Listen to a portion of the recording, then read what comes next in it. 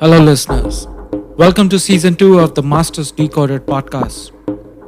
I am Manish Merchant, the chief decoder. I want to thank you for the overwhelming response to season 1. Your feedback and encouragement led me to bring you season 2 of the Masters Decoded.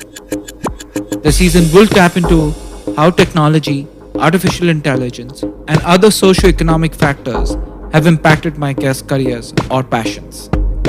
I am pleased to announce that Masters Decoded presents to you a new special series in partnership with Asian Digital Supermovers and hosted on ClubHouse every Sunday. We bring in industry experts to discuss various topics from startups to marketing, branding, AI, technology, and many more. For the first episode, we have a recording with Deep Bajaj speaking on building brands with purpose and also startups. So listen in.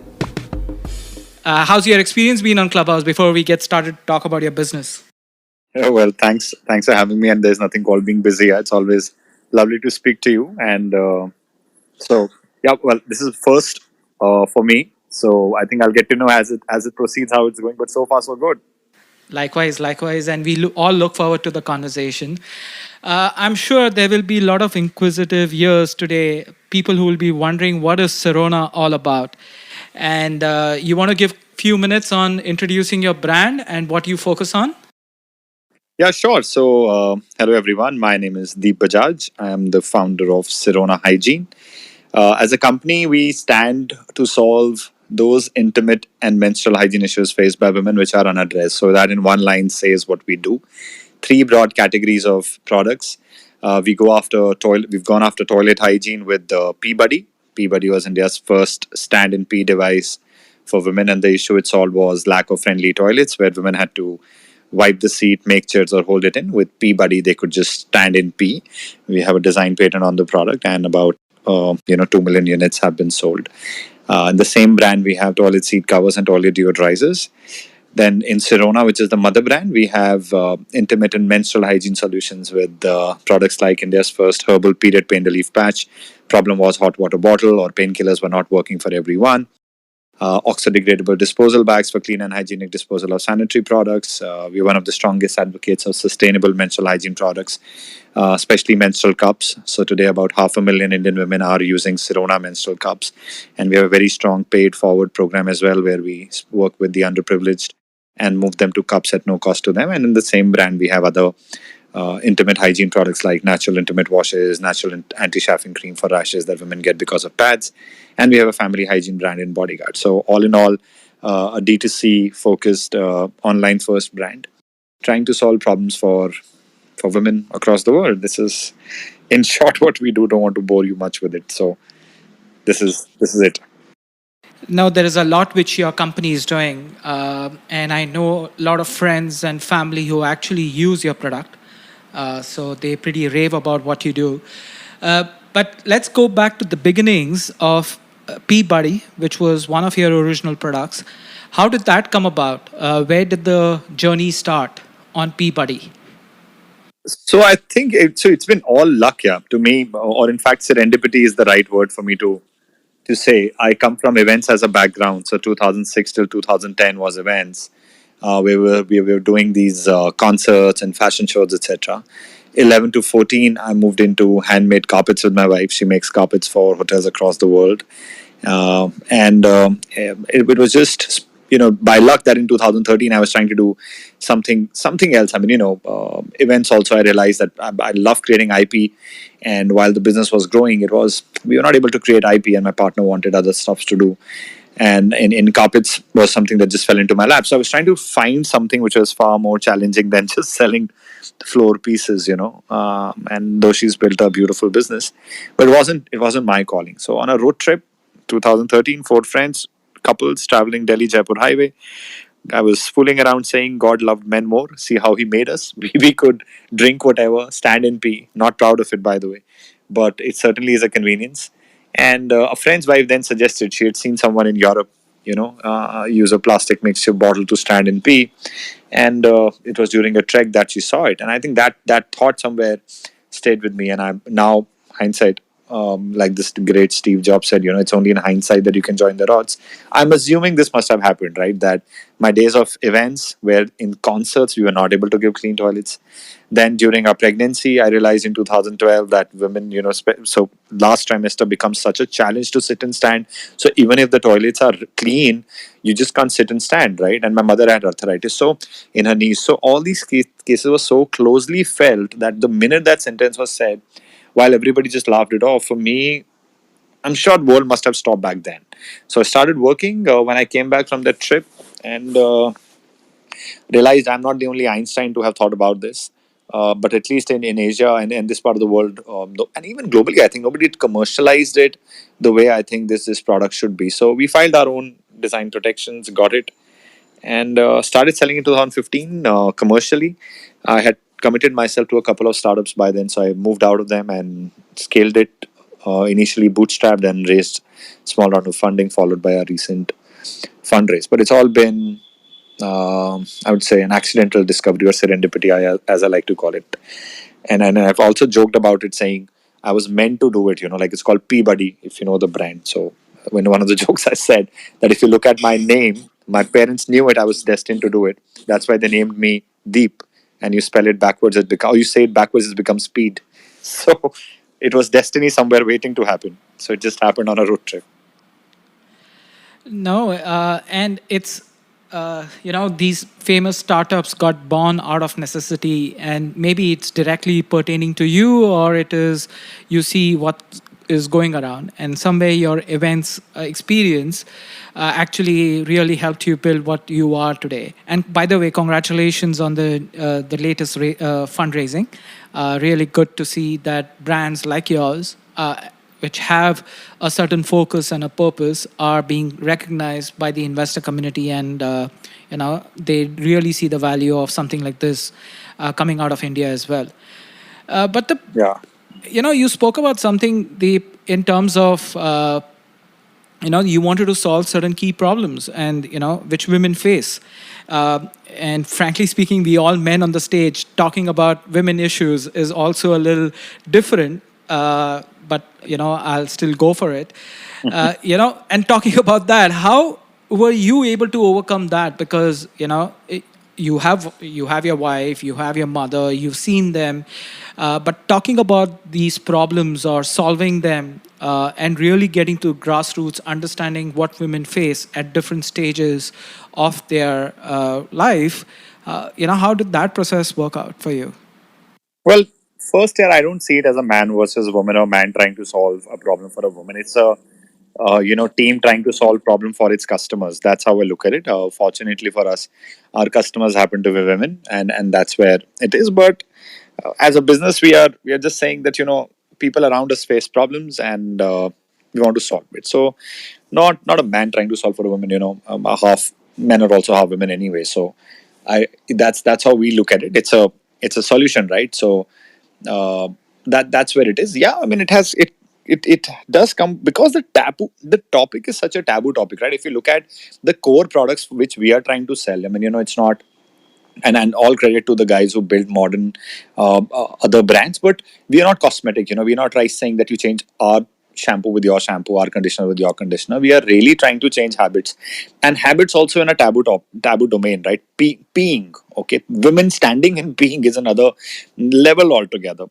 And then menstrual cups, for example, the Sirona menstrual cup, which I said about 500,000 women are using. So that's also something that is supposed to be inserted, unlike a pad which just sits outside on the panty. This is inserted in the vagina. So the topic itself is a little bit of a taboo. However, I believe that no matter what you do in life, there'll always be people who'll have an opinion. There'll always be naysayers, and that is something that we learned early on. Yeah, that if you're trying to do something away from what you should ideally be doing according to cynics, there'll always be bricks and bats that'll come your way. and we've accepted them with open arms because our customers, touchwood, are the ones who've just taken us from strength to strength. So you spoke about funding. Thank you for appreciating it. But last 3 years we've built a profitable business, and it can only happen with your basics are in place. So it's been built like a business. I make products customers need. Those customers happen to be women. We have a team, a very strong team of women who lead all the divisions now internally. It's a lopsided team. Men are in minority, and they're smart women who make choices for their fellow users, and we introduce them. But the whole objective is to come up with products which we believe will appeal to our customers more than the investors. So we understand the taboo, we understand the business, and we are saying it's a long way to go, but it's nothing to do with a man trying to solve it, at least for. Okay. Let's do a rewind a bit, Deep. Your initial formidable years in 2015, you came up with an idea. You started designing few prototypes. Uh, how did you actually test it? Sorry, I'm going to go get a little details into that. No Let's. problem. No, no. Yeah. Well, by requesting a few friends who were kind enough, so your family and friends become the first guinea pigs, and that same thing happened in our case. We soiled a lot of clothes, gave it to women. A lot of prototypes backfired. So that's how the P buddy, because not only you had to convince them to stand in P, you weren't even sure if the prototype worked. So early on, a lot of clothes were soiled, yeah. But then what the heck? What else are friends for? After that, once we had championed it, it was more about just dunking it in and trying to sell it. And the same happened. We tried our best, and some people liked it. The customers loved it actually. Initial stores had their own inhibition because our packaging wasn't how a traditional packaging is. Like we didn't make it pink. We were not really feminine. We were shouting from rooftops. We said, well, this is what a product does. The packaging said ladies freedom to stand in P. So there were some people who found it a little too bold for them. But well, for customers for whom it was solving a problem, they didn't really care too much. They just picked up the product and started using it. So first guinea pigs, friends and family, like should be the case in everybody else. Because there, if you really have good friends, you'll get honest feedback, and that's all that you need in the early days. Well said. So, talking about the social entrepreneurship, and there are many people who are focused on building social entrepreneur, organization focused on social issues or issues which are really concerning India or Asia as a whole. But when you started your entire company under the brand Sirona, was that the focus, or building a social enterprise, or was it building a business? What was it? Well, it was always solving a problem. Yeah. I mean, for us, these are all the minute you typecast a business, it becomes.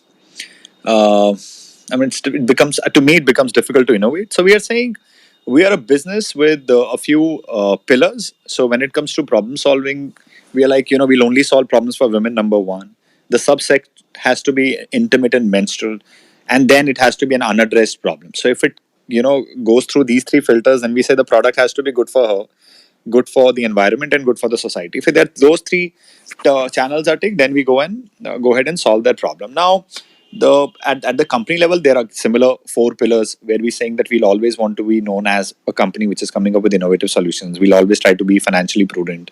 We'll have to wow our customers, and we'll be a company which has a soul. So when we say a soul, we will do stuff for the community which we feel most passionately about. So it started with sex workers. We moved to the underprivileged in the village, and now all the LGBTQ community as well. We are trying to do something, and now all of this put together, if it's become social, then it is social. Yeah. If it stays private limit, it becomes a for profit, then it's for profit. But we are clear, we'll build a business which balances both. We want to solve problem for our women with unique products. Now that because these are we try to say they're unique products, so it by the virtue of that you end up solving problems which nobody else is solving, so you're seen as a social enterprise. But we always say that we don't want to be a funding dependent company, so we are seen as a for profit organization. So without putting us in any silos, we are saying it's just a company trying to solve problems and have fun at the same time.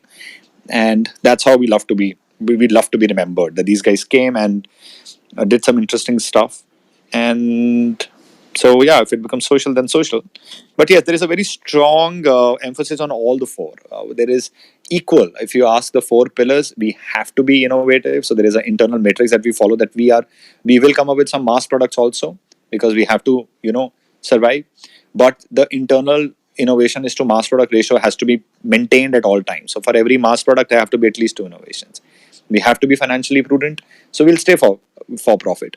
We have to wow our customers, and we try to do it in multiple ways, and we have to have a soul. The minute you look at soul, most of people look at us and saying, well, you've registered a foundation, so is it a social enterprise? We're saying, no, yeah, we just want to do everything. At least we'll try to do it properly. So if it typecasts us, so be it. Yeah. Definitely not typecasting you, for sure. I know you long enough and your focus. Before we proceed ahead, Mushi, should we just quickly reset the room for people who've just joined in? Yes, of course. Thank you so much. We also have Monica Jasuja, our co-founder, joining us. Once again, thank you so much, everybody, for joining this. This is the Asian Digital Supermovers Club in collaboration with Masters Decoded on a conversation with Deep Bajaj, CEO and founder of PSafe and Peabody, among the many other brands that he's built. We will be talking about building brands with purpose. The Asian Digital Supermovers Club is a club that focuses on thought leaders and impactful entrepreneurs across Asia. As we go through the rest of the conversation, please feel free to ping in your friends or your network or anybody else who should be joining in and listening to this fascinating conversation that Anis is leading for all of us. Whenever Anis is ready, we will be starting and opening up the floor for you to raise your hands, and then we'll open up questions very soon. Thank you so much. Yeah. Back to you, Anis. Thanks, Mushi. I just have a couple of more thoughts, and then we can definitely open up the room for questions. Uh, Deep, last week we had Prahlad Kakkar on the podium, and he spoke a lot about brand building. And he spoke about how organizations and enterprise should think about in the new age of advertising, whether it's advertising, whether it's building brand or it's building teams. He gave us a lot of good insights. But the brand which you had, and you spoke about it being a taboo, especially in a country like India. How were your initial interactions and discussions with people whom you were probably hiring to do your marketing or do your branding? Was it easy conversation with them as well? No, well, I would say that personally, being an optimist, I choose to remember positives. So I would really not be able to share a lot of problems that we faced. I would say that it's been a very lucky journey. I mean, if you are on a when I signed up for this, I was clear that this is not going to be like a cakewalk. It was a difficult product, and I knew it while signing up. So I was also mentally prepared for equally challenging aspects in every other division, right from hiring. But like I said, God has been exceptionally kind. In my case, I would have a rock star for a team, and I mean, all of them are rock stars. So I've been just very lucky. I think one thing that I would say in the modern D2C, I don't know if traditional marketing principles would work today. World is changing. People want to know what you stand for, and people can see through. So I think for me, the only thing that I see that has helped us is at least that we didn't, for the longest time, at least didn't leave this thing that we wanted to be known for. If we said we wanted to be known for innovations, every year there were at least a couple of products that were certainly introduced to push the category forward, and that attracted a lot of passionate, talented young folks who wanted to contribute. So challenges, yeah. I mean, initially every business, yeah, no matter anything new that you start, has to go through the same. I call it the 1,000 day principle. That for 1,000 day you have to have your struggle stories. One of the four things that I believe in. That if you have to start something, first you have to be mentally prepared for a 1,000 day struggle, no matter what it is. It might look like a cakewalk to others, but you have to go through that grinding 1,000 day journey, and which we went through. And in those 1,000 days, we had our own share of ups and downs. And but yeah, all's went that. I mean, still not the end, but it was certainly worthwhile because our customers kept us going whenever there were days where we had doubts. Something or the other kept happening, which was good to keep us in the game. Great. And by the way, congratulations are in order for many things for you. Recently, your organization and yourself got certified from Stanford through their seed program. So definitely that also brings in a lot of credibility. But from there, when you started off, probably you did have some bit of competition. Now there are many players who are actually coming together, startups and even larger organizations who probably didn't speak about these topics or didn't think about these products. How do you manage competition? Because it's, you have a purpose which you're focused on. Yeah. Well, I'd say that yeah, we don't really think too much about competition. There'll be, and to be honest, we don't really see many people as competition. And I'm not saying it with any kind of superiority in our heads. We in all humbleness, what we believe is, when we started, there was nobody. Many people today see value in being in this category, which in itself is a great testament to our efforts. At least it's a big validation of our belief in the category, which initially was ruled out by many investors that we initially spoke to as, oh well, this will not sell, or it's not a category, it's just too much of a taboo, it's too much of a niche.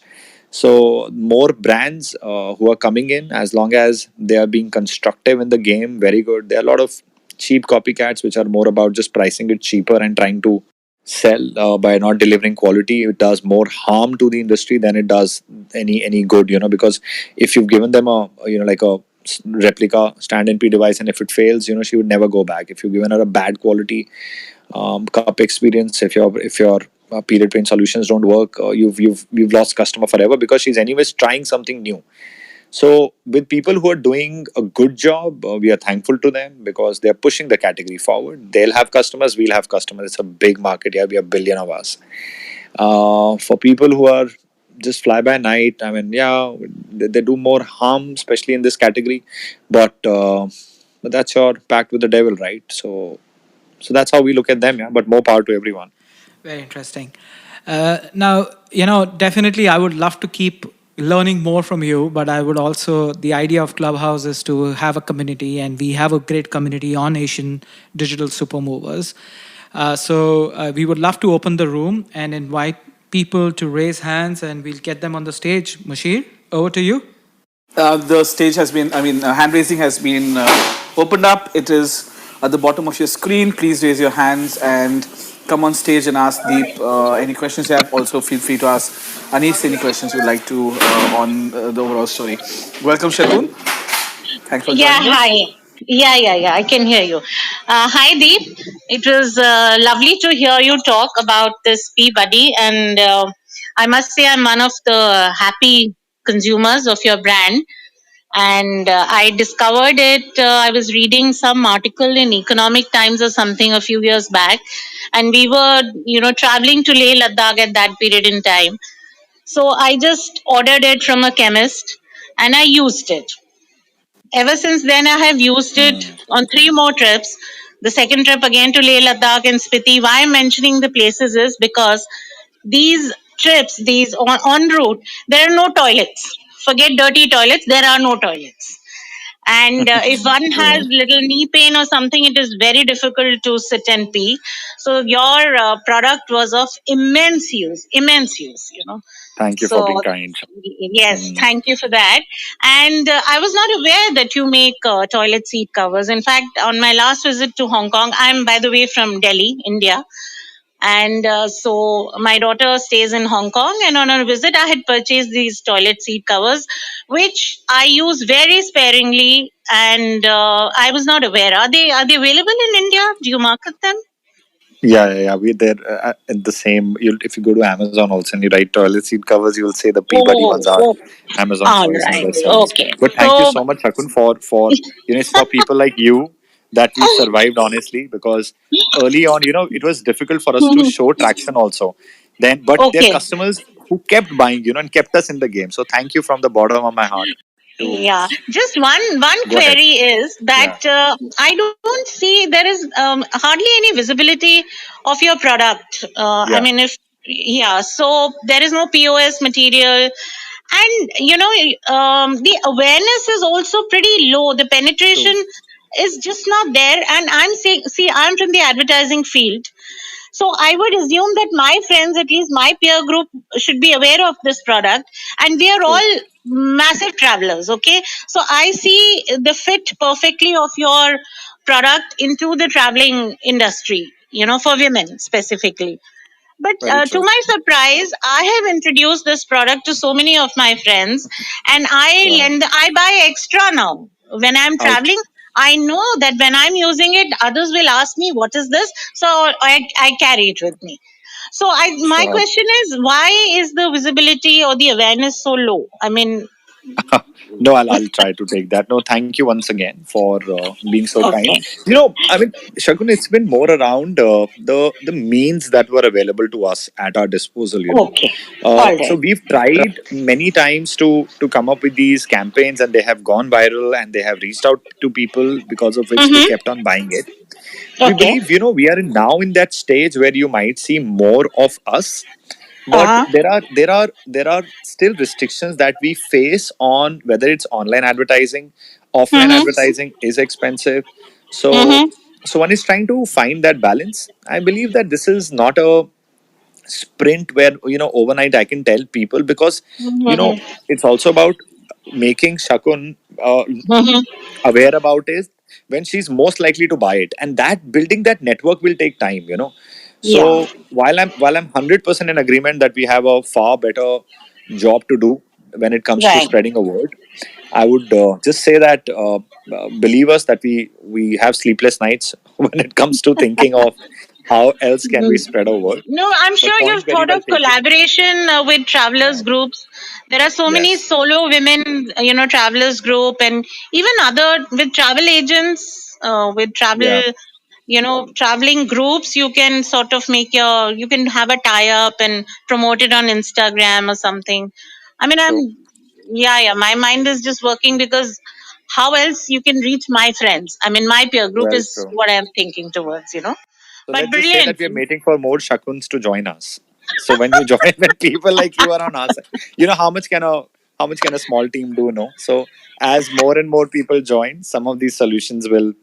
Yeah, Actually, when you're short yeah, of budget, like I've handled Maggie soups, okay, for I see. HTA in Delhi. We Right. had no budget. Maggie noodles had a huge budget, but Maggie soups had no budget. So we racked Yeah. our brains and, we came up with such beautiful ideas. So it can work. I mean, you definitely don't need a humongous Please budget, mail you me. know. So, Please mail me. Please mail me. More than happy to try. That's what I'm saying. okay. No, serendipity. See, Yeah. So all the but thank you. best. Yeah. Thanks a Thank you, ton. Deep. Thanks a Yeah. ton. Thank you. Yeah. Thank you, Bye. Shakun, for that. And yeah, this is what Clubhouse is for, and what our initiative is to bring in more collaborations. Hopefully, we'll try to meet Yes. both of you offline, Shakun and Deep. Thank you, Mushi. Thank you. Thank Awesome. you. Thank you. Dulab, would you like to please introduce yourself and ask your question? Yeah, yeah. Hi, I'm Durlab. I'm part of the digital product design team. Mostly, I mean, another name is UX design. I've been also a researcher in the past. So my question is that you spoke about initially you tried the product, tested the product with your friends and family. My question is, are there any nuances, any challenges that you can share about the entire research to understand the product development? Understanding what are the challenges that the users might face. If there's some deeper insights, how did you go about it, and how did you And tackle I that am problem? Yeah. so going to disappoint you, Durlab, on this. But you have a beautiful name. So, no, my friend, when you start off with no background into designing or into consumer products, you use the easiest available commodity, common sense, and I think that's what helped us in the early days. We looked at multiple. So the whole idea was that I started when I was introduced to motor vehicles. The first thing that I bought was a bike, right? So and we've all used funnels, or those cookies is what it is called, to whenever you run out of fuel, to transfer fuel from one place to another, from bottle to this. And I thought that's all that is required. And so initial prototyping started with the shapes of chana jor garams to planes to boats to whatnot. We thought of multiple things, and we just made it. And we also cut many Bisleri bottles or other bottles which are available. That's how it was. And then eventually it started translating. It found a 3D design. So that's what happened. And this is how we came up with the first design of it. And after that, it just was made into a proper shape by a 3D guy, and it was launched like that. All right, but any plans of do you see in terms of adoption? There are some things that you would still like to get answers for, and any thoughts Yeah. on exploring that research Yeah, area yeah, further? absolutely. Now we do. So now there is a team. There are many things that we came up with after the first product, right? So for Peabody, you got a design patent, and the same product we built another product for which we got a full patent, where we simplified testing of pregnancy. So what we realized was that women have to, right now pee into containers and take droppers and put it on these cassettes, and we saw Peabody as a urine director of sorts, right? So we included the HCG strip into it and ever since that product became a reality, there is a team which keeps working. In fact, we keep collaborating with a lot of product designers now. What we do is we give them briefs. What we can come up with is product problems, that can be solved using some of these products. And then there are experts here who are much better at this process of ideating and prototyping and then sampling and then resampling and then coming up with the final version. So there are a couple of people that we now work with who help us through this process in a more systematic manner. But in early on, it was more about doing this on a like a table and giving it to 50 friends to try. But now, yes, more than open, more than happy to look at more people, because we have a list of 20 problems which are yet to be solved for Indian women. And you'll be surprised when you hear how basic they are, but they're still missing. Thanks, Deep. Thanks. Bye. Thanks, Devlip. Yeah. I'd just like to apologize on behalf of all of us here for the spam and the It was interesting. clubhouse bombing. It's very rare, but I guess it's just this matter of once you keep rooms open and people Yeah, jump on board, and it could happen from time to interesting. time. So our apologies to everybody No problem at for all. the language use and Deep and Dulab as well. Sonal, would you like to ask your question next? Yes, hi. Good evening, everyone. Just want to reconfirm if I'm audible. Absolutely, ma'am. Go ahead. Yes, hi. So this is an extension to what Anis kind of just questioned you some time back, that about the sensitivity and how difficult are the challenges that you faced while recruiting a marketing team or a creative team. So while you have thrown light in terms of the challenges and nuances you faced launching the product and using your friends and peers to use it and getting a feedback, I just want to understand what kind of sensitivity are you keeping in mind for advertising? I mean, of course, I know you're using digital media right now, but Yeah, any successful stories or examples or instances that you faced while using these things or creative angle to sure. advertise it, or like there are Yeah. certain complete sensitivity in terms of like these are the complete no-nos that you'll not want to venture into. Just wanted So to understand that. no, no. Thank you, Sonal, for the question. So I'd say that from early on, we've kept our communication very open, very direct, and I think that's what today's consumers want. I mean, there's no.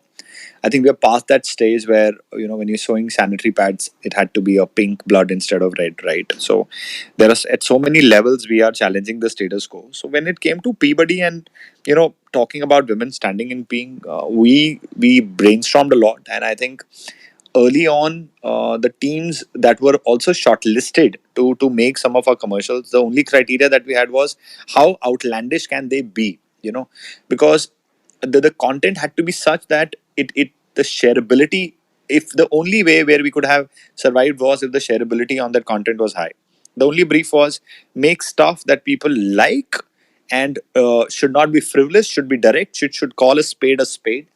And the first campaign that we did was with the TVF, by the way, Galyapa, and we said to pee or not to pee was the first campaign that initially set a lot of attention around Peabody, and this I think is 2017, where to pee or not to pee campaign. And back then we were still, all these digital mediums were not still as hot as what they are today. I mean, they're flooded. Back then it was TVF and AIBs and just a few more. Scoop Whoop was hot, and so that campaign did very well. And I think what worked for us was being absolutely direct and in your face, saying that this is a problem. It's a problem which is faced in offices, it's a problem which is faced while traveling, and used a satire to drive home. And that somehow has become a tone for us now, where even the second campaign that we came up with, which was with Shabani Bedi, and we said it is about women when they're traveling. It's no more about We want to take urine control, which is what they do, right? I mean, you know where the clean toilets, and this is only where you'll stop, to you're in control with Peabody. So we changed the narrative there. So I think direct, calling a spade, being honest with consumers is the communication thesis that we have for the last 4 5 years, and that is something that has touchwood set us apart from our competition, whether it is about Peabody, which is stand NP, or even the Sirona menstrual cups, which is not our innovation, but certainly one of the strongest, I would say, drives that we have today in both the products. It has been in both the brands. It has been more about being direct and calling a spade a spade. And I don't know if that was your question. Yes, yes. Thank you. Thank you so much, Deep. Just one more Pleasure. question, if I may ask. Please go Yeah, ahead. so you just mentioned that you have come across a lot of other problems that women really face, and there are dime a dozen which are as basic. So, do you all have any plans to tie up with government or kind of drive? Because obviously there is a major chunk in rural India as well, which need to be educated with Absolutely, basic things. So, you're I right. mean, what are your future plans for So that? So no, thanks again, Sonal, for that question. So what we did. So I mean, we have, for instance, when it comes to menstrual flows, we have four products globally that a woman, that a lady can use. She can use a pad, a tampon, a liner, or a cup. We have all four. In pads, we came up with India's first colored biodegradable pads. The question was, why are pads only white? So we came up with black pads and now pink so far. To say why can more color not be done it and make them environmentally responsible. But when it comes to rural India, we realize that we don't really want to be known for moving women from one pad to another, or offering our pad as an alternate to their existing pad, because pads, Stay-Free Whispers of the world, have done a good job here. I mean, they've done what they had to do back then. But for rural India or for developing India, we sincerely believe cups is the way forward. So what we've done, we are on our own trying to. We just registered a foundation and we are trying to come up with our own campaigns, whether it is crowdfunding and all, to take these products to them. And so far we've been successful. I think about 10,000 odd was the number when I last checked. Women have already been empowered with this menstrual hygiene, solutions, and cup is the biggest one. So what we are doing in rural is, on our own, trying to create a team which will go and help women move to more sustainable solutions, so that they don't have to be financially strained every month. They don't have to get those rashes, etc., that they are right now getting because of the solution they're using, and at the same time, it's good for the environment. So we're doing it on our own. If government comes along, if an opportunity comes along, and it's also a factor of expertise, that's not the expertise that we have right now. So we are trying to double down on what we already know and do it well. Then people come around there and they show us the way. And if the government is the next way, we'll go down that route. But we are saying, government or no government, we believe that some things we can solve directly, and we are working in that direction on our own. So that's where we are. In terms of other problems, we have identified problem for urban India as well as rural India. Rural India, I believe, if we can move them more towards cups, a lot of problems that they face will be solved in this area. Period poverty and a lot of jargons that I use, but for us, it's just about a basic right to dignified, periods. And in urban India, there are many problems, which are, like I said, very very basic, and one is looking to find a solution and working there on our own right now. So it's on our own right now. Yeah, like I said, I have a great team. Great. So Yeah. Thank you, Deep, for such a great answer, and wishing the brand the very, very best. thank you so very much. Thank you for your kind support. Thank you for that question, Sonal. We'll go to Sridhar and Sandeep, and then we will pause hand raising for a while when Anish gets back to his question. So, Sridhar, your question, please. Hi Deep, this is Sridhar. So I work for a digital consulting company, and we have worked with over 250 brands across the world in terms of hygiene, real estate, e-commerce, and a lot of Sure. categories in that area. So just want to answer a couple of, want to ask a couple of questions here. So I believe your product is not only for India. I think it can also be taken for the global audience, right? Yeah. Yeah. So currently, you're also available in any other parts of the world. Apart from India, in terms of a physical or online presence. Yeah. So we're there, Sridhar, in US on Okay. Amazon, which is Okay. an interesting market for us. And Okay. now, as we speak, we are expanding to other countries as well through Amazon. I mean, we're there in UK, Europe, and Japan as well. Yeah, beautiful. And one more question to ask here. So, I believe you're also available in modern stores, right? So, tell me, like, how people are comfortable to get your products in modern store than buying it from online, maybe from an Amazon or from an e-commerce platform of yours. Like, how does it work? I can also see that you have launched a lot of products apart from this female hygiene, which is basically like Yeah. baby diapers or wet wipes or whatever it is. I see a huge amount of businesses also getting slightly diversified in the areas where you talk about hygiene or sanitary. In that case, Sure. like, no, how do you see that your other parts of the business is growing compared to your no the parent product? So I would say that what we are saying is, as a company, it's a hygiene focused or hygiene obsessed startup. At the core is woman and her problems, which are for her body, which we're solving with Sirona. So intermittent menstrual. On the outer periphery, it's more like a sun and the planet theory. The outer periphery, there is toilet hygiene, which we are taking on with Peabody as a brand, and the extreme outer is all the areas where the mother or the lady of the house is responsible, but it falls in hygiene, which is where Bodyguard comes in with natural mosquito repellents and some disinfectants and other products. That's how we're trying to build a universe around hygiene. If you think, and if she's looking for hygiene for her, or when she travels, or for her family, she should ideally be able to find some interesting solutions at Sirona. That's how we are building this. And in terms of modern trade and general trade, what we realized, Sridhar, is these are very expensive channels and platforms to build products at. So we are saying, it's another thing that I love to say, that running a startup is like fighting a war, right? And within war, you pick your battles. So you can't fight all the battles, you can't win all the battles. So right now, general trade, modern trade is a battle which we believe it's something that we It's should very fight expensive at to manage. Yeah, at a right. later stage. Digital is where women are looking for solutions, where our menstruators are looking for solutions, and we should be able to at least be there.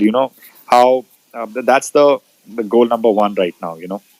Yeah, yeah, beautiful, beautiful, In Deep. due I course, we believe will go like towards general trade, modern trade as well. I mean, we are available, but we believe that it's no more about women finding solutions there. They're very, everybody is on Instagram. Every now look at these clubhouses of the world. There are platforms and forums everywhere, and people who are on such forums are anyways our customers. So if we can reach out to them here, that's the first objective. And they are at modern trade outlets also. They go, they look at the brand, they pick it up. They don't pick it up. There are many times when they discover the brand there and go and buy it online. So we are not saying that it's only going to be an online story. It has to be a hybrid, and we are working on it.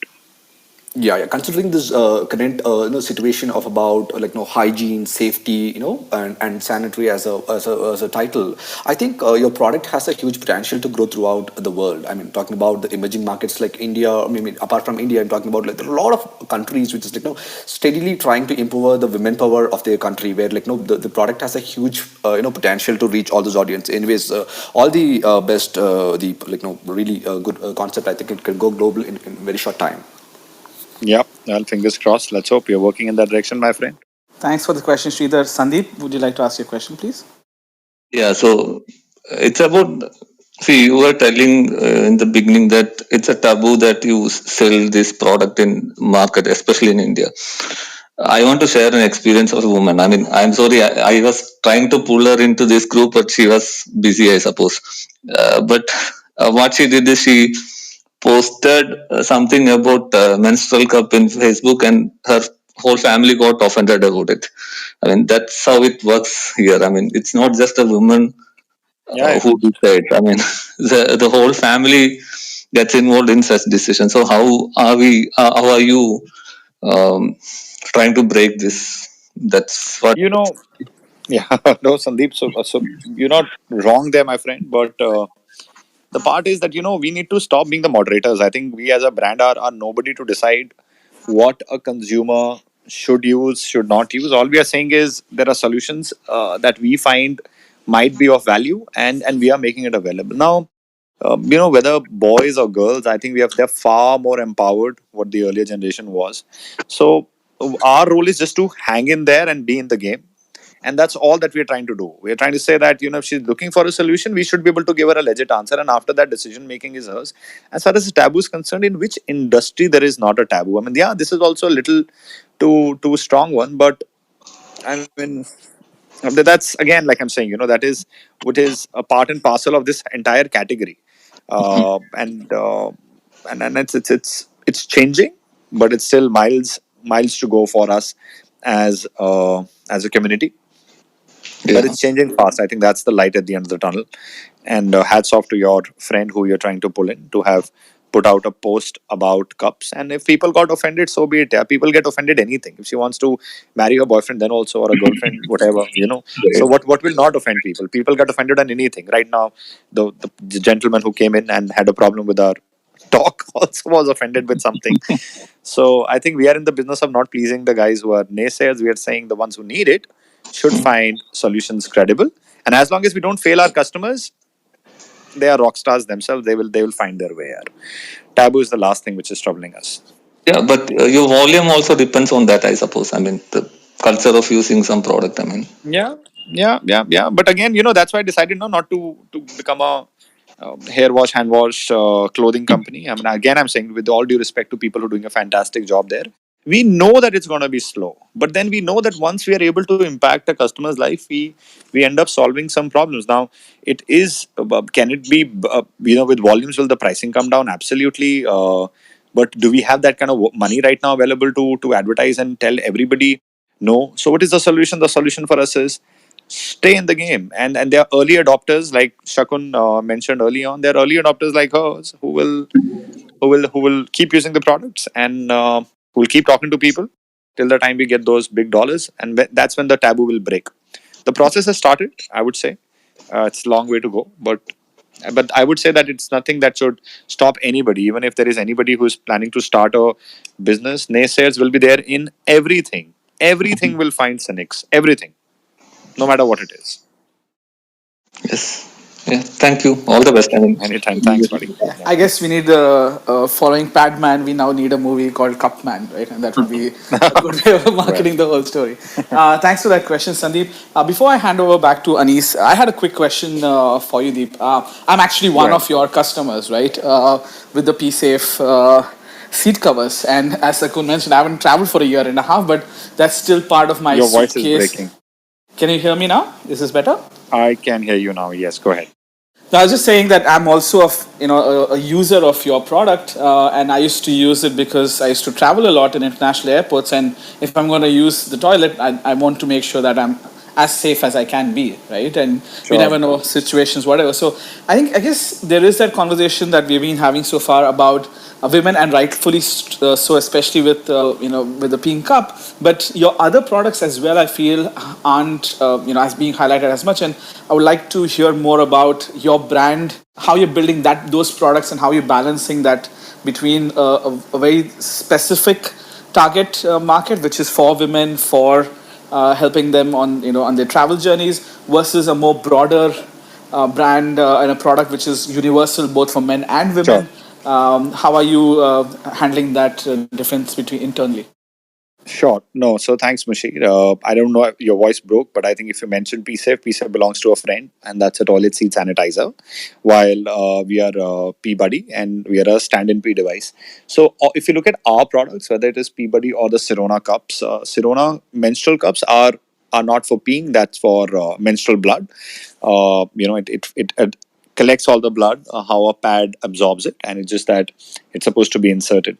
Now, what we're doing about this is, we are saying that if, like I mentioned earlier, you don't really need to advertise from rooftops to catch a person's attention. These are products which happen to her at a time where she is looking for a switch, and if you are available, if you are within her consideration set at that stage, uh, I you won't really have to try too hard. So if 500,000 women today are on Sirona menstrual cups, to be very honest, we had no role to play in that year. We just had, I would like to believe, communication that they identified with. They were looking for a solution. We were available at the right platforms where she was looking for that information, and she opted for us. It's as simple as that. It's been That's how it is, and that's how we are building it right now. I believe, and I've said it earlier, that especially in evolving categories, you need to run your business not like a sprint but like a marathon. It is not like saying every full page ad is going to move them much. It is something where she will do her research, she will make up her mind, and then she will switch. No matter how many ads do I show about women standing and peeing, it will appeal to certain shakuns and it will not appeal to many shakuns. That's how it is. So our game is, or our belief is, that you pace it out, let people know about the solutions when they need it in the most honest way possible, and that'll work. That's what we are doing. So it's a time taking process in our case because of the nature of category. There are restrictions about online advertising also. The minute we use the word period pain, the minute we say menstrual, the minute we say anything to do with intimate area cleaning, there are restrictions that are there in free advertising, and we are saying that is opening with every passing quarter, with every passing year. And let's just till then, let's just find new and innovative ways to talk. So whether it is about webinars, whether it is about conversations in schools or colleges, or through our campus ambassadors, that's the route that we're taking, which might not be too visible to men, but it is happening slow and steady, and not maybe to all women also, but it's certainly work in progress. We're a work in progress brand, my friend. Thank you, and my apologies on mixing up the brands. A No problem. quick room reset. This is the Asian Digital Movers, Asian Digital Super Movers, in collaboration with Masters Decoded, in conversation with Deep Bajaj, talking about building brands with purpose. We will be now moving to Anis to talk about the rest of the show, and we'll raise hand raising again in a few minutes. Please give the speakers, especially Deep and Anis, a follow, as you would like to listen to more of such conversations as we go forward on this. So back over to you, Anis. Deep, you spoke about fundraising, and we touched upon it a little bit. And you said that you're building a startup, and specifically this one, it's a marathon, not a sprint. And you also mentioned that it's going to be a slow process. It's not going to be an overnight. You pump money in and you grow triple or four times in the next couple of years. How was that journey with the investor community and convincing that? Probably convincing is not the right word, but saying that and telling them openly that this is going to be a slow burn. It's not going to be a quick turn or a quick money game for them. Well, I'd say that it's not as much about them, Anish, as it was about us. Yeah. We wanted uh, to to get investors who would let us do stuff for which we actually started. Otherwise, I would have just gone back to selling carpets and made much more money. You know, the reason why we did this is because we thought that this is a category. By the time my both girls grow up, I have two daughters, by the way. These solutions should be available for them and for their friends, and they should become mainstream. And it is a long drawn battle, because the more you push products which are already here, you are only creating brands which will last for 2 years, 3 years, 4 years, and then they'll disappear. No matter how much money you put, even in e-commerce, you've seen there have been brands which have burned hundreds of crores, and today they don't exist. There are brands who've hit those unicorns, and I don't know what other definitions, and then they don't exist. So we were clear that this is to whoever we pitched, we started our pitches in a similar fashion to say, it is, we stand to solve unaddressed intimate and menstrual hygiene issues. So the minute it becomes unaddressed, the learning curve is going to be steep for customers as well as for us. And people who believe in creating brands like that should only come on board with us. So even in the case of angel investments, how in the US, luckily angel investment works there as genuine angels. You have an idea, they're angels who come and protect it. And yes, it might survive, might not survive, but people give you the money to say, okay, go and try. The idea is not to say that this is FD money, that I want you to definitely grow this and make something out of it. And that's the reason why a lot of innovations come out of US or that other parts of the world. Now, in our case, we've kept our pitch quite constant here. We've said that this is what we are doing, and you believe in this story. The only thing we can tell you is that we will not give up. We are not the guys who give up. So, and I've shown this in the past. I'm a huge fan of persistence. I think if you ask me one word, that the one skill that sets apart, the investor, or the startups who see it through than the ones who don't, is persistence. So the only thing I tell them is that I will see it through at least till my last breath. Unless this reaches home, I will try. I'll try to find ways. However, please do not push me into categories or into easier routes, because I am also tempted. I'm tempted as a founder, because who doesn't like to look at bigger numbers? Who doesn't want to do $100 million raises? Everybody wants to, right? You feel good for your team. You want to feel good for your products and everybody else. But this route does the conventional route might not really solve a lot of problems. It will create employment but will not solve problems. So here, in our case, the investors also that we spoke to, I was clear that any which ways I will have to ring 100 doors, और उसमें से कोई एक जाके खुलेगा. I mean, that's how it has been always. You speak to 100 to get that one yes. So here also we have made a list of people, and we were clear that I'll have to hear 99 no's, which I did. And then there were a couple of people who found merit in saying, "Oh, fair enough, yeah, this guy is trying to build a business which is profitable already, and so far he has survived. Every year he's doubling whatever he's doing. So let's take a punt." And they took a punt, and I'm thankful to them. That's what it has been, in all honesty. So that's how we went about fundraising process. Interesting. I'm sure all of us would love to see the pitch deck or get some recordings of how that went with some of the investors community. Uh, just building on something which Sridhar asked you early on, and talking about agencies or taking about advertisements specifically, and but before that you also spoke about, he was asking how were you collecting data of your initial products, and you gave examples of boards and cups and funnels and all of that.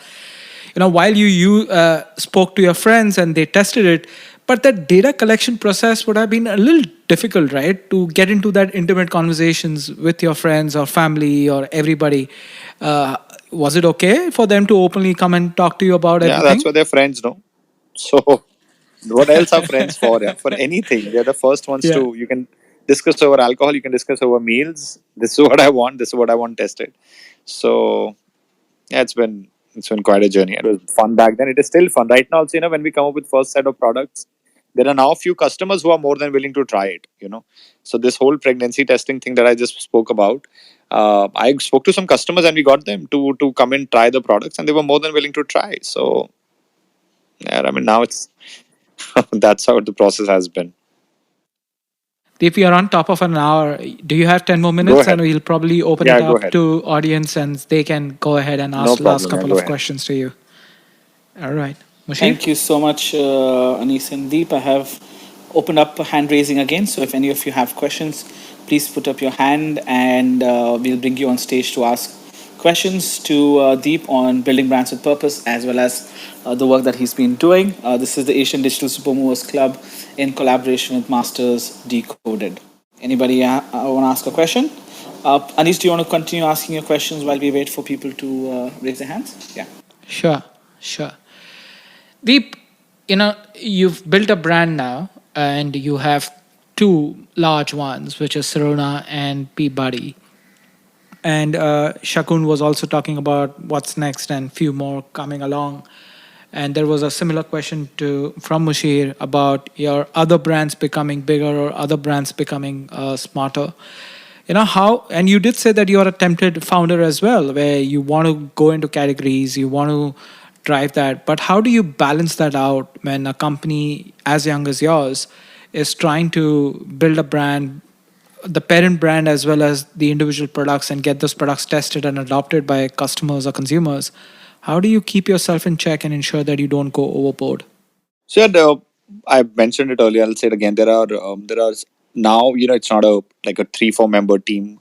We're 60 of us, so there is, and then majority of them, it's a lopsided majority now. They're very strong women in the team who have kept very beautiful guardrails for us to tread on. So when it comes to maintaining our innovation metrics, or when it comes to introducing products, they are setting processes which keep us within our limits, what we have set internally for all the three brands, whether it is toilet hygiene or feminine hygiene or family hygiene. Form too. So I'm just an employee in my company, which helped me stay on course.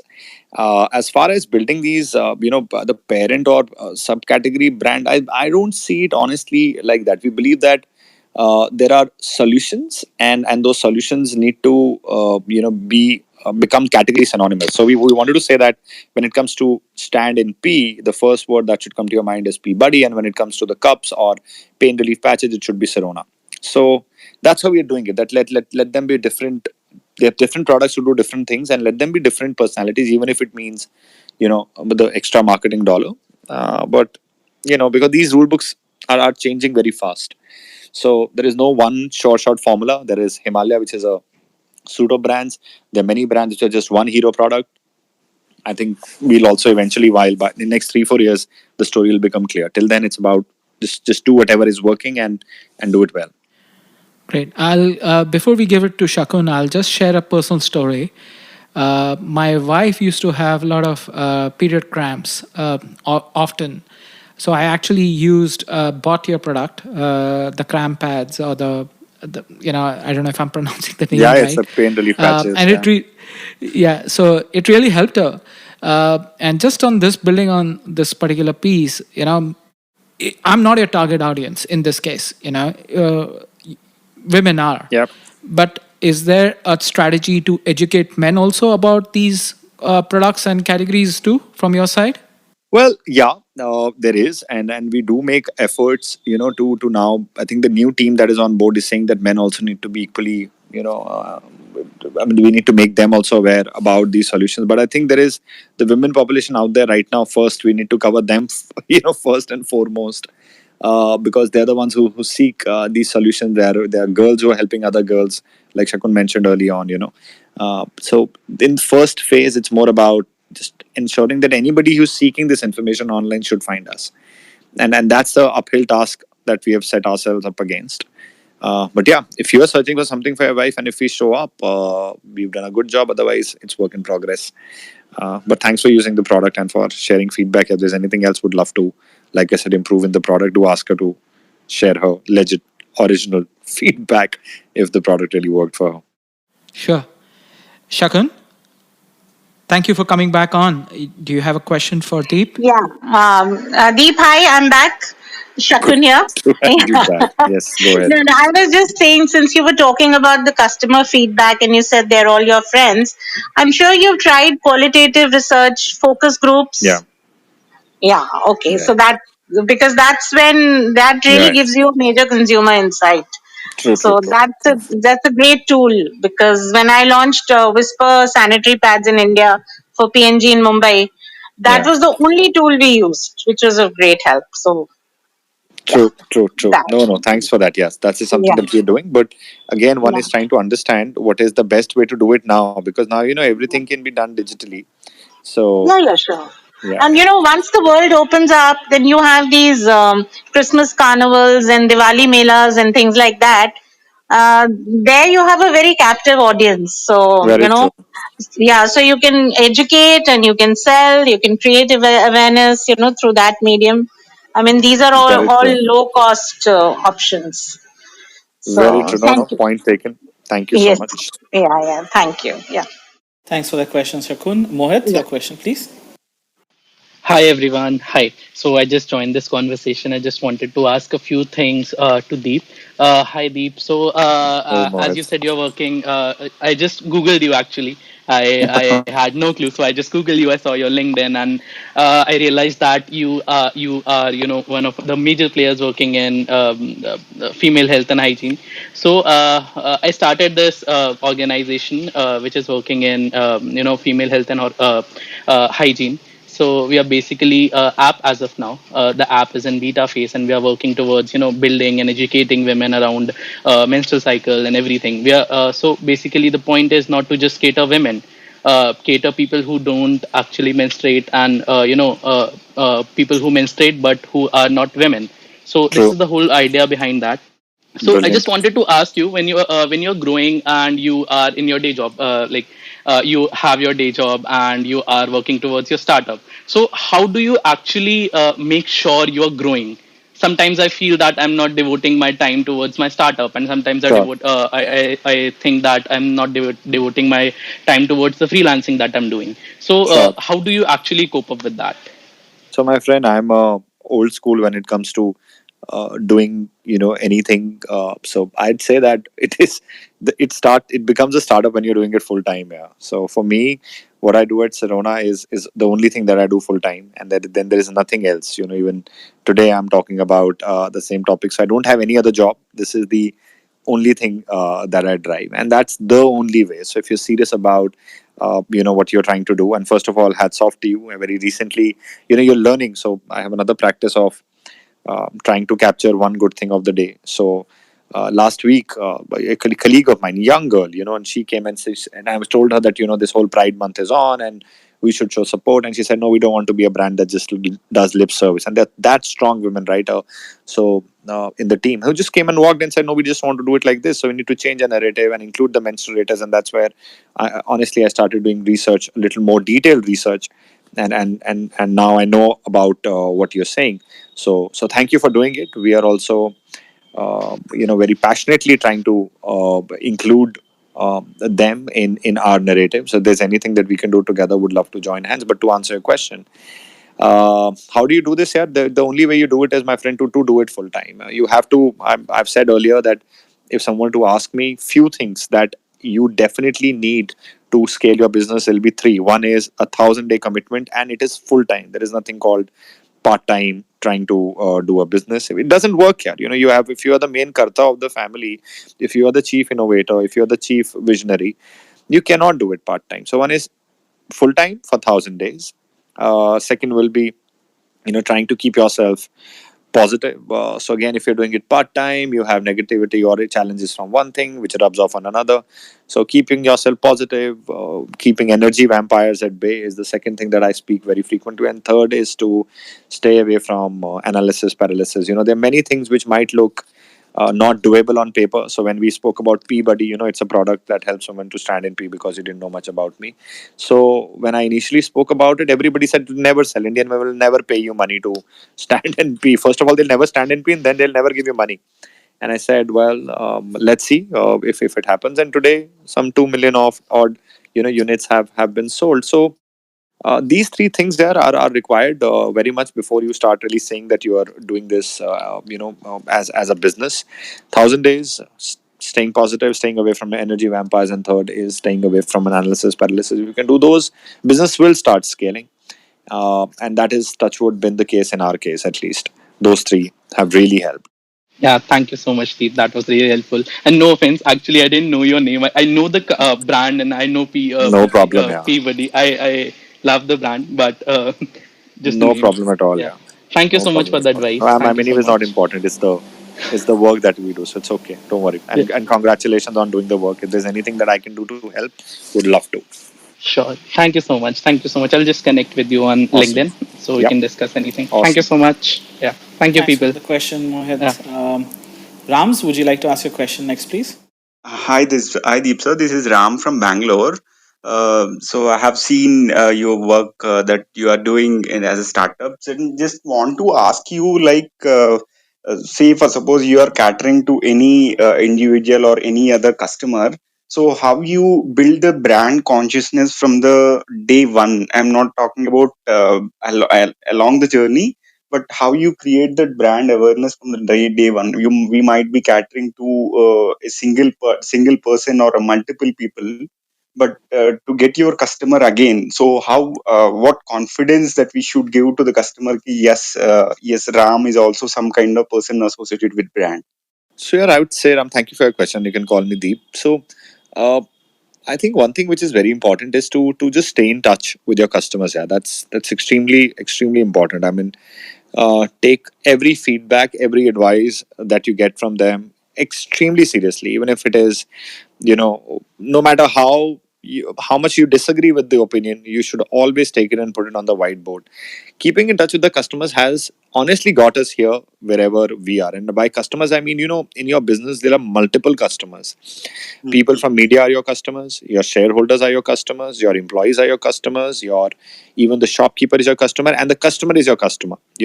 So all of them, if you take them as customers and try to keep them updated with whatever progress you're making, and if you keep in touch with them, uh, there are there are very high chances that that your product will always be work in progress. As you keep improving it, as they keep noticing it, they'll become your advocates. In our case, we don't have any brand ambassador, and I just spoke about, when it's about Sirona menstrual cups for these 500,000 women, there is no brand ambassador that we've hired till date. Yeah, Yeah. you know and they are the ones who've used it, and if they've had any problems with the product, they come and ask. That question is immediately translated into a solution, not only for that particular customer but everybody else. So for example, in the case of cups, which might not be our innovation but the ecosystem that we built. So we came up with India's first natural cup wash, a cup sterilizer, all those products. So when people started asking how do you use it, we created a series of videos, and then we uploaded them.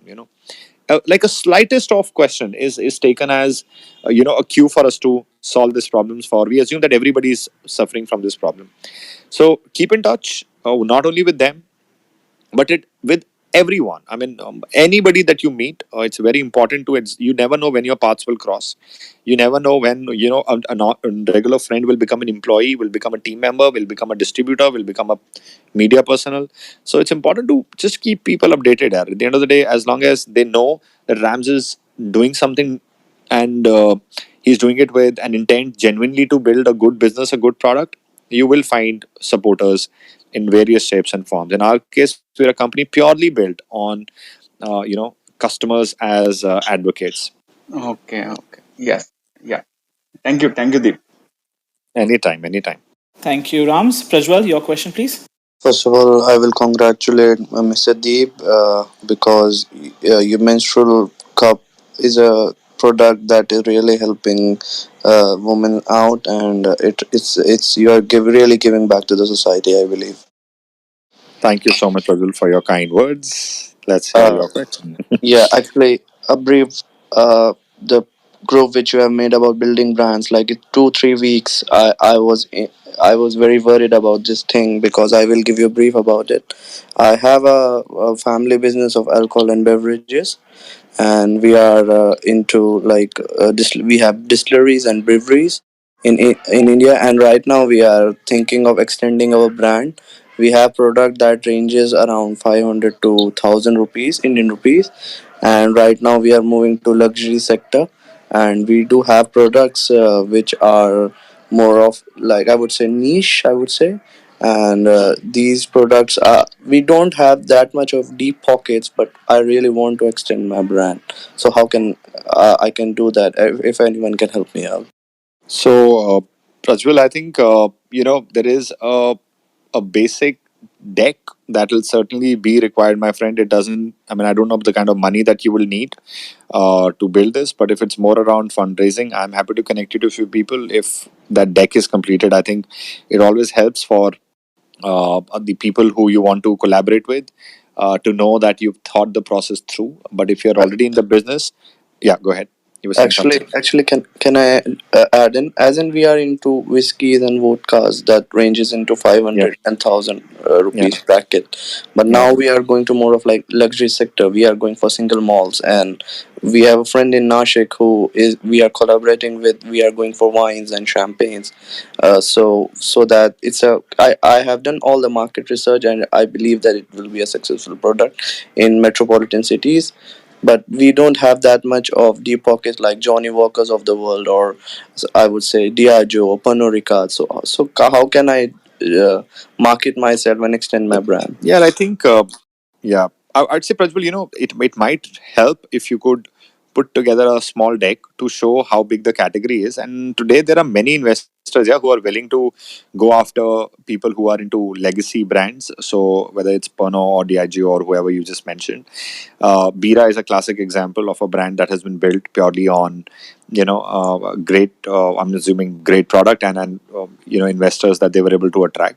So in your case, I don't see there should be too much of a challenge in your trying to get investor interest. I mean, that's a gut feel that I believe, because you understand the business, you understand the distribution, you understand the brands. All you're saying is we need to have like little allocated deeper pockets to move Indian customers to this brand. And if you've already have a legacy that has shown that you understand this space, raising capital, I don't know.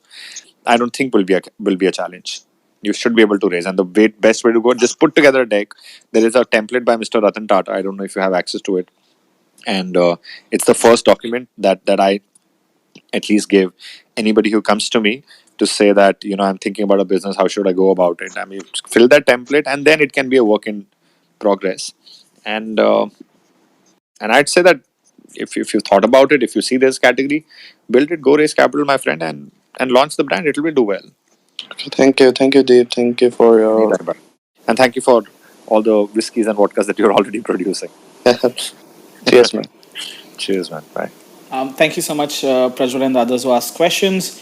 We'll be coming towards the end of the show with Anis asking the last few questions. This is again the Asian Digital Super Movers Club in collaboration with Masters Decoded, in conversation with Deep Bajaj on building brands with purposes. Please follow our club, Asian Digital Super Movers, to listen to such fascinating conversations with wonderful startup founders and entrepreneurs. Keeping in mind the lot of questions that were asked today on startups and building startups, I think we will probably do one on how to scale and build a startup as a specific topic in the coming days for our club. If you have any ideas, do reach out to us. Our Twitter handle, our LinkedIn handle, and Instagram are all AD Super Movers, so follow us there as well. And I'll hand this over to Anis now before we close the show in a few minutes. Anis? Thanks, Moshe. Yes, I totally agree. It's becoming a startup school. And Deep, thank you for your time and patiently answering perspectives and the answers have been amazing. I'm learning a lot personally through this conversation. You know, just switching gears, you know, it's fascinating you as a founder, you as a startup person, coaching or ready to coach others, specifically around your brand and the products which you're focused on. How much, because you cannot do everything, so how much are you spending time to build an ecosystem which invariably supports your own products and brands as you move forward from here? So I don't know, yeah, if I do anything to help our brands, there is a great team which helps us do it. But in terms of the ecosystem here, I'm like I said, I'm always available. I try my best. Obviously, there are days when I'd fail. But when it comes to helping fellow, I mean, whether it's colleagues or friends, whoever I've ever spoken about doing a business, whatever I have learned, I keep sharing. Yeah, whether it is through one of I've just started to now pen down. So there's a small like 5-6 articles, but on Medium I've put. So whatever I know, I'm happy to share. Yeah, and that's the only thing that you can do at my stage, at least right now. We still have miles to go. I think after a couple of more rounds of funding, and once you start doing those hundreds of crores that we believe that we can do in our country, then maybe there'll be a little more dedicated time. But as of today, it's more about if somebody reaches out, whether it is to share or it is to get any access, I just open the doors. That's what I do. I don't know if that was the question that you asked. Amen to the 100 crores before I say yes to the answer. uh, uh, yeah. So building on, and I think you've referenced this piece many times, and I want to touch upon this. And this conversation will not be complete if we do not touch that topic, which is your team. Yeah. And you spoke about you having a business with your wife in carpet and the event management company where you had co-founders in some sort when you were doing that. But building a team in a topic like this, building a brand which is focused around this. Yes, you were fortunate enough to get people who were really motivated to make a change, but the first initial few hires would have been tough, or I don't know if it was tough. And the second part to this question is, since the business is not like ramping up overnight, it's going to be a marathon. How do you keep that same team motivated to keep running the marathon and not lose sight? I'd say that, and I keep saying it. I don't know yet. I've been just God has been extremely kind here in our case. Now, whether it was early on, there were people who could see the little bit of madness, and they came in and built the path or gave it a little bit of structure. And those are the people who are just multiplying right now. Touchwood, we can take pride in saying that in my organization, I don't do anything. Yeah. There are people who are far smarter to in their respective division, and they are the ones who are chalking out the path. Where are we going? What products are we going to do? What narrative are we going to have? What customers are we going to serve? What customers will not be able to serve? And that's why they go to the foundation. So when it comes to hiring, the only philosophy that we have is that the pedigree doesn't matter, your experience doesn't matter.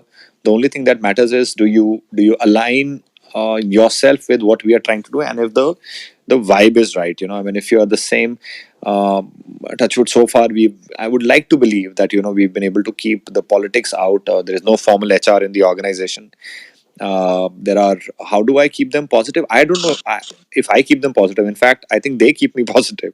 The only thing I request them is this one good thing of the day, which I spoke to you about, I think last time, if I'm not wrong. But what I tell them is that every day something good is happening in our lives, and it's not that we're growing any slower. Honestly, the category where we are in, we are, and the money that we've raised, we've not raised too much capital, but and we are growing faster than some of the other brands who have raised more capital.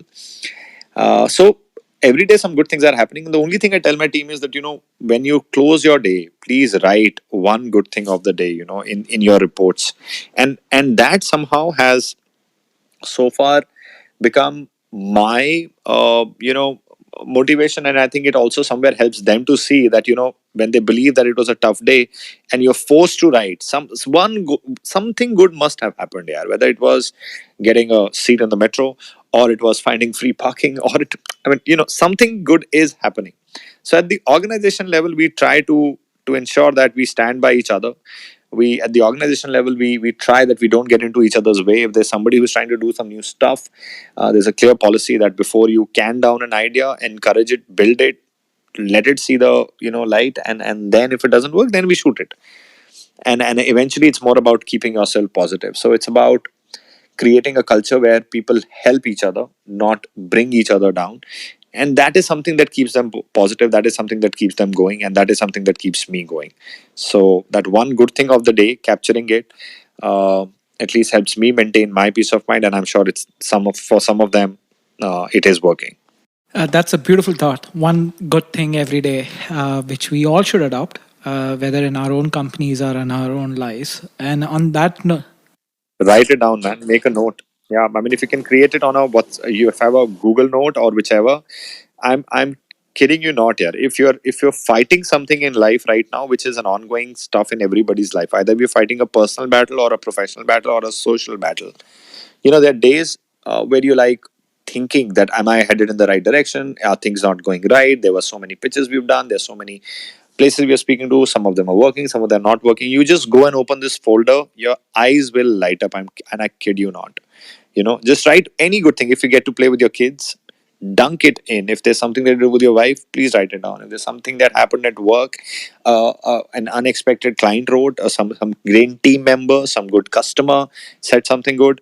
These are this become very powerful. So as a practice in a Google Notes or anywhere, just write one good thing of the day, and you will see in 6 to 8 months, when you look back at life, when you're having a bad day, it will help. definitely. Mashir? I think that's a great note to end on, right? I think it's been phenomenal listening to this conversation. And as Anis mentioned, it was a startup school. As a founder myself, a lot to take back, and completely agree. When you go back to those notes or those thoughts, or somebody pops up and says, I want to intern with you, or I want to volunteer with your firm, and a small moment like that as well makes you feel regenerated for a few more days when you're going through this rough throw. So, on behalf of both Asian Digital Supermovers and Masters Decoded, Deep, I want to thank you greatly for joining us today, and also to the audience for joining us. We will keep having these conversations regularly. We host a few regular rooms, including this room, which is every Sunday at 6 p.m. IST, which is with Anis and Masters Decoded. Pritesh runs a room regularly as well, which we focus on venture building and startup founders. Monica runs rooms on product management, and I run rooms on fintech and DeFi. Our next room is going to be a room with the founders of Basis to talk about building a fintech and how do you build a fintech that's focused on the women's market. So that'll be Deepika Jaikishan and Hina Mehta joining us on Tuesday at 7:30 p.m. India time. Before we end the show, please give the club, our wonderful speakers and moderators, a follow so that you can keep up to date about future conversations. Many of you are new, so if you need to follow the club, just click on the house icon at the top next to the name of the club and click on follow. We are very close to a 6,000 followers and members, up from about 2,000 a month ago. So among Asia's fastest growing clubs, and it's all thanks to all the supporters and our wonderful speakers who have come and shared their knowledge. So we'll be closing in a few seconds, but again, on behalf of both the club and Masters Decoded, thank you so much, Deep. Thank you so much, Mashir, for having me. Thank you, Anis. Thank you. So we'll stay safe, everybody, and we'll be closing the club, this room, in about 15 seconds. Bye, Deep. Take the opportunity to Awesome. follow. Yeah. Thank you. Thanks, Anis. Thanks, Mashir. Thanks, Monica. Thank Thanks, you. Pritesh. Thank you, guys. Thank you, guys. Bye. Bye. Thank you for listening in. And we close yet another episode of Masters Decoded. If you've enjoyed the episode, please, you can help us out by sharing it on social media. I would personally appreciate that. It's how we can reach more listeners, and the more listeners we have, the more awesome guests I can get in touch and convince to participate in these conversations that are a joy to have for me, and I hope they are a joy for you to listen as well. You can also help a lot leaving reviews on iTunes or your podcast service of choice. Reviews are surprisingly helpful in supporting the podcast to get to more listeners. If this episode has intrigued you, I would request you to subscribe to the podcast to stay up to date and get notified to the future episodes. With that, I bid you and see you in the next episode.